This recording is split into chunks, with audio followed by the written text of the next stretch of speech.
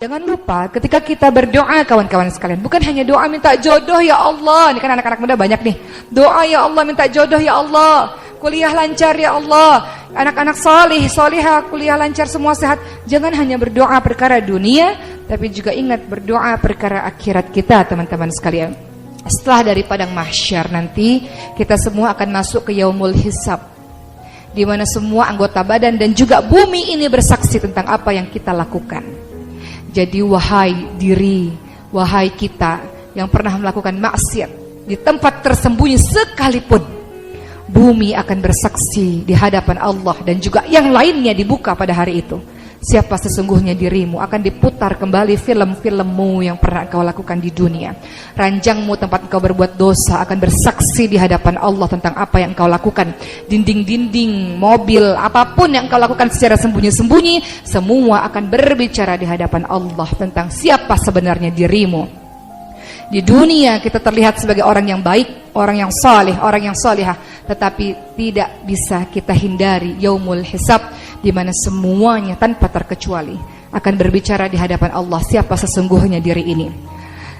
Maka berhati-hatilah wahai diri saya dan diri kita yang masih terus melakukan dosa secara terang-terangan, apalagi secara sembunyi-sembunyi. Semuanya akan diketahui dan akan berbicara di hadapan Allah. Setelah yaumul hisab, kita akan masuk ke titian sirat. Kita akan berjalan teman-teman sekalian di titian sirat. Ada orang yang cepat secepat kilat, ada orang yang berlari, ada orang yang berjalan, ada orang yang merangkak, ada orang yang jatuh ke bawah. Ujung dari titian sirat adalah syurga Allah dan di bawah adalah nerakanya Allah. Banyak orang-orang beriman yang juga terjatuh ke situ menuju ke neraka Allah Subhanahu wa taala yang berisi malaikat yang keras dan kasar. Itu sebabnya kenapa kita harus meminta terus-menerus setiap hari perlindungan dari azab api neraka. Jangankan azab api neraka, azab kubur saja. Utsman bin Affan ketakutan luar biasa. Utsman bin Affan adalah salah seorang sahabat yang dijamin masuk surga, tapi ketika melewati kubur tetap beliau menangis keras. Sampai seorang sahabat berkata, "Utsman, kenapa Utsman? Engkau adalah orang yang dijamin masuk surga." Apa kata Utsman? "Tapi aku tidak tahu bagaimana keadaanku di kubur. Aku tidak tahu bagaimana keadaanku di kubur. Walaupun dijamin masuk surga, tapi kubur ini tidak tahu. Karena di kubur juga ada azab, teman-teman sekalian. Azab kubur bagi orang-orang yang durhaka kepada Allah, bagi orang-orang yang bermaksiat kepada Allah. Sebelum masuk ke neraka, disiksa dulu di kubur, azab kubur. Diremuk-remukkan tulangnya di azab kubur tersebut. Gelap kuburnya, sempit kuburnya. Mulai terlihat suasana neraka di kubur tersebut, teman-teman sekalian. Jadi itu sebabnya kenapa kalau kita ingin mendapatkan pertolongan dari Allah, jangan lupa dalam hari-hari berdoa agar dihindarkan dari azab kubur. Teman-teman sekalian, biasanya teman-teman senantiasa berdoa ketika sholat.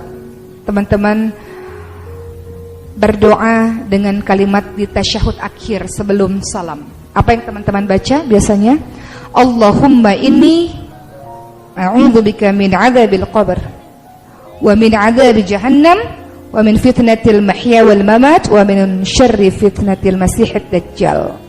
Doa itu yang artinya adalah sesungguhnya aku berlindung kepadamu ya Allah dari siksa kubur. Aku berlindung kepadamu dari siksa neraka jahannam, dari fitnah kehidupan. Siapa yang pernah difitnah? Enak gak rasanya? Maka minta sama Allah agar terhindar dari fitnah kehidupan dan juga fitnah setelah mati, serta dari kejahatan fitnah Dajjal. Jadi itu doa yang penting, karena gak ada yang bisa menjamin diri kita, teman-teman sekalian. Berkaitan dengan fitnah misalnya, sebaik apapun engkau, mungkin saja terkena ujian fitnah. Kenapa? Kita ini kan hanya serpihan rengginang lah. Kalau kita bandingkan dengan Aisyah radhiyallahu anha. Aisyah siapa? Istrinya yang paling dicintai oleh Rasul. Juga difitnah. Difitnahnya apa? Selingkuh. Padahal istri yang salihah luar biasa. Ummul Mukminin, ibunya orang-orang beriman, masih juga difitnah.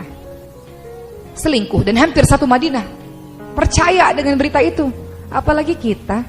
Kalau ada di antara kita, teman-teman sekalian, mendapatkan ujian fitnah, makanya baca doa ini supaya dihindarkan oleh Allah dari fitnah dunia dan juga fitnah akhirat. Katanya kan fitnah lebih kejam daripada pembunuhan. Jadi minta perlindungan kepada Allah selain dari azab api neraka, azab kubur, juga fitnah dunia, akhirat, dan fitnah Dajjal. Berikutnya teman-teman sekalian, Selain kita senantiasa berdoa untuk urusan akhirat kita, makanya ada doa sapu jagat kan? Biasa kalau kita udah doa panjang-panjang ditutup dengan doa sapu jagat. Rabbana atina fid dunya hasanah wa fil akhirati hasanah wa qina adzabannar. Ini doa juga yang teman-teman sebutkan kalau lagi umroh atau haji, teman-teman kan tawaf dari rukun Yamani sampai Hajar Aswad, pasti doanya Rabbana atina fid dunya hasanah wa fil akhirati hasanah wa qina adzabannar. Karena kita tidak hanya berdoa untuk urusan dunia, tapi juga urusan akhirat.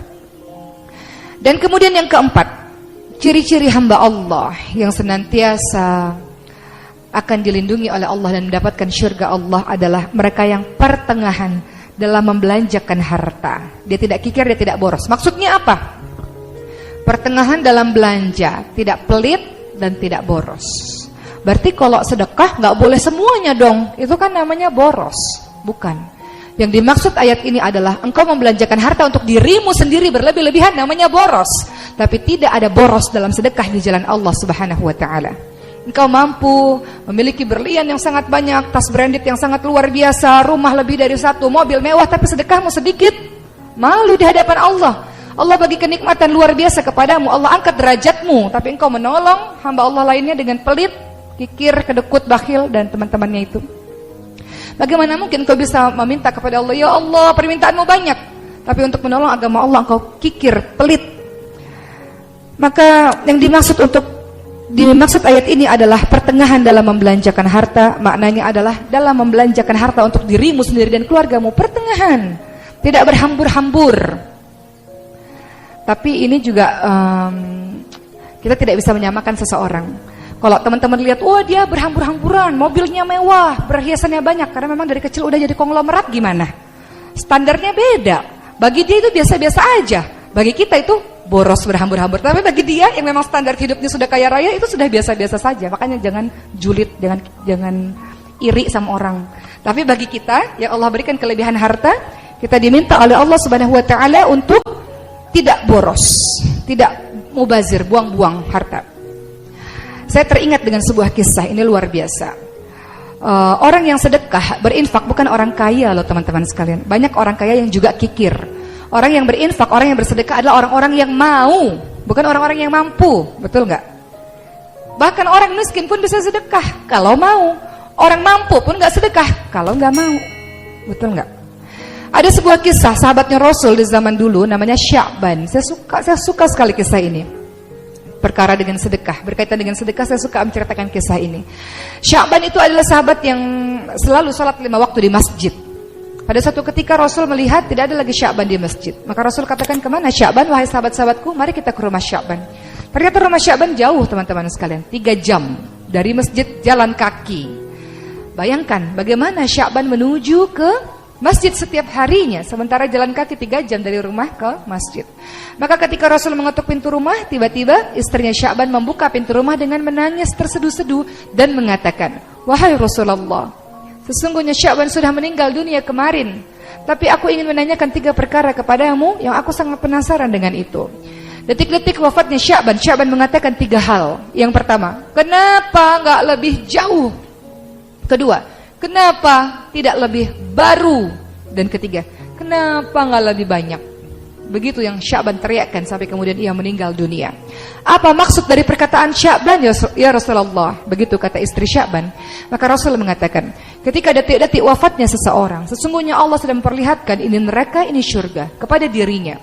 Maka Sya'ban mengatakan, ketika Allah memperlihatkan syurga kepada dirinya, Sya'ban mengatakan, kenapa nggak lebih jauh ya Allah? Kenapa rumahku nggak lebih jauh jaraknya ke masjid, supaya aku bisa berjalan lebih jauh dan aku bisa mendapatkan pahala lebih banyak? Padahal udah 3 jam loh jalan kaki dari masjid ke rumah. Sya'ban mengatakan, kenapa nggak lebih jauh? Andaikan lebih jauh, aku bisa mendapatkan surga yang memiliki derajat lebih tinggi. Kedua, Sya'ban mengatakan, kenapa nggak lebih baru ya Allah? Jadi Sya'ban sehari-harinya memakai 2 baju. Baju di dalam baju yang bagus, di luar ditutupi baju yang usang. Setiap jalan ke masjid, debu-debu kena kepada baju yang usang. Sampai di dalam masjid, dia buka baju yang usang, dia pakai beribadah kepada Allah baju yang bagus. Di tengah perjalanan pulang ke rumah, biasanya banyak pengemis dengan baju compang-camping. Sya'ban memberikan baju bagusnya itu untuk para pengemis, dan Sya'ban memakai baju yang usang. Maka Sya'ban mengatakan, kenapa sih waktu aku hidup gak kasih baju yang lebih baru, yang lebih bagus? Kenapa sih sedekahku tuh gak lebih yang hebat, yang terbaik? Sya'ban merasa baju bagusnya itu harusnya bisa kasih yang lebih bagus lagi. Padahal Sya'ban orang fakir, orang miskin juga. Dia menyesal. Sudah sedekah tapi menyesal. Kenapa ya gak lebih baru? Kenapa ya gak kasih yang lebih bagus? Dan yang ketiga, wah cepet banget perasaan ceramah. 5 menit lagi. Kayaknya salah mungkin Mbak. Kemudian yang ketiga, Sya'ban mengatakan, kenapa nggak lebih banyak? Karena hari-hari Sya'ban itu membawa roti untuk dia makan. Namun setiap di tengah perjalanan, setengah roti dia berikan untuk fakir miskin, setengahnya dia makan sendiri. Maka Sya'ban mengatakan, kenapa sih nggak lebih banyak sedekahnya waktu aku hidup? Menyesal dia. Padahal masih ada sisa roti dan aku masih bisa bertahan dengan roti yang mungkin 1/3 kah atau 1/4 kah. Kenapa aku cuma kasih setengah? Jadi Sya'ban sangat menyesal dengan sedekah yang dia berikan, teman-teman sekalian. Merasa belum maksimal dengan sedekahnya.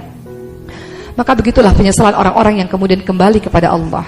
Teman-teman perhatikan surah Al-Munafiqun ayat 10. Wa anfiqu mimma razaqnakum min qabli ayati ahadakumul maut fayaqul rabbi laula akhartani ila ajalin qarib fa asaddaq wa akum minas shalihin. Orang-orang yang mati itu, teman-teman sekalian, dalam surah Al-Munafiqun ayat 10, minta sama Allah, ya Allah, kenapa sih gak tunda kematian saya dikit lagi ya Allah, supaya saya bisa sedekah ya Allah. Perhatikan dan tadaburi ayat tersebut supaya kita termotivasi untuk terus setiap harinya bersedekah di jalan Allah. Karena orang-orang yang mati minta sama Allah, tunda kematian saya ya Allah supaya saya bisa sedekah. Yang dia minta sedekah loh teman-teman sekalian. Dia bukan minta pergi haji, dia nggak minta sholat, dia minta supaya saya bisa sedekah ya Allah. Karena sedekah atau infak adalah hal yang paling mudah, gampang, betul? Sedekah itu nggak harus ada uang 1 miliar kok harus sedekah, nggak harus ada uang 1 juta sedekah. Berapapun yang kita mampu, barang apapun yang kita miliki, yang kita bisa memberikan manfaat kepada orang, sedekah, berbuat kebaikan kepada siapa saja. Jadi untuk menjadi hamba Allah yang ditolong oleh Allah dan dimasukkan oleh Allah ke syurga Allah adalah tolong hamba Allah lain. Berinfak kepada sesama manusia, maka Allah akan berinfak kepadamu. Begitu kan bunyi hadisnya? Berinfaklah dan Allah akan berinfak kepadamu. Teman-teman tahu, saya juga selalu ceritakan kisah ini. Saya punya rumah Quran gratis yang nantinya akan ada penggalangan dana di akhir ini untuk rumah Quran tersebut. Ini adalah kisah untuk menceritakan, bukan bagian dari riya, tapi ini cerita bagaimana pertolongan Allah yang sangat luar biasa. Rumah Quran ini berdiri sudah 3 tahun. 2 tahun pertama memang dari keluarga kami pribadi. Baru setelah menginjak 2 tahun ke atas, karena santri sudah semakin banyak, ada sekitar 200 orang, maka dibukalah donatur dan para jemaah yang ingin menyumbang untuk para penghafal Al-Quran. Bagaimana cara Allah mengganti harta saya, teman-teman sekalian?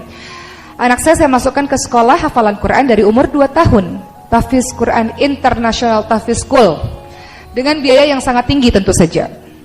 Dan karena sibuk dakwah, saya lupa bayar uang sekolah. Contoh yang sangat tidak baik. Dan ketika bagi rapot, saya tanyakan kepada TU-nya, berapa puluh juta yang harus saya bayar untuk 2 orang anak ini? Kenapa sih saya nggak pernah dikasih selebaran surat apa kayak gitu untuk ngingetin saya suruh bayar sekolah? Karena nggak pernah dapat peringatan untuk bayar sekolah. Apa katanya? Memang tidak akan pernah Ibu Oki mendapatkannya, karena anak-anak Ibu Oki dari PAUD semua anak-anak ke-1 ke, 2 ke, 3 ke, 4, 5, 6, 7 dan seterusnya. Dia sudah bisa prediksi saya mau punya anak banyak soalnya, jadi dia bilang begitu mungkin. Jadi beliau bilang dari PAUD sampai SMA gratis, tidak bayar sama sekali. Bagaimana cara Allah mengganti harta, teman-teman sekalian? Kita buang harta kita di tempat lain, Allah kasih harta kita dikembalikan lagi. Begitulah, jadi jangan takut miskin, jangan takut kehilangan harta dengan bersedekah. Terlalu banyak di dalam Al-Quran ayat-ayat yang Allah sendiri janjikan Allah akan lipat gandakan harta-harta orang-orang yang bersedekah. Teman-teman perhatikan surah Al-Baqarah 261. Itu pun janji Allah bagi orang yang bersedekah, Allah lipatkan ganda hartanya.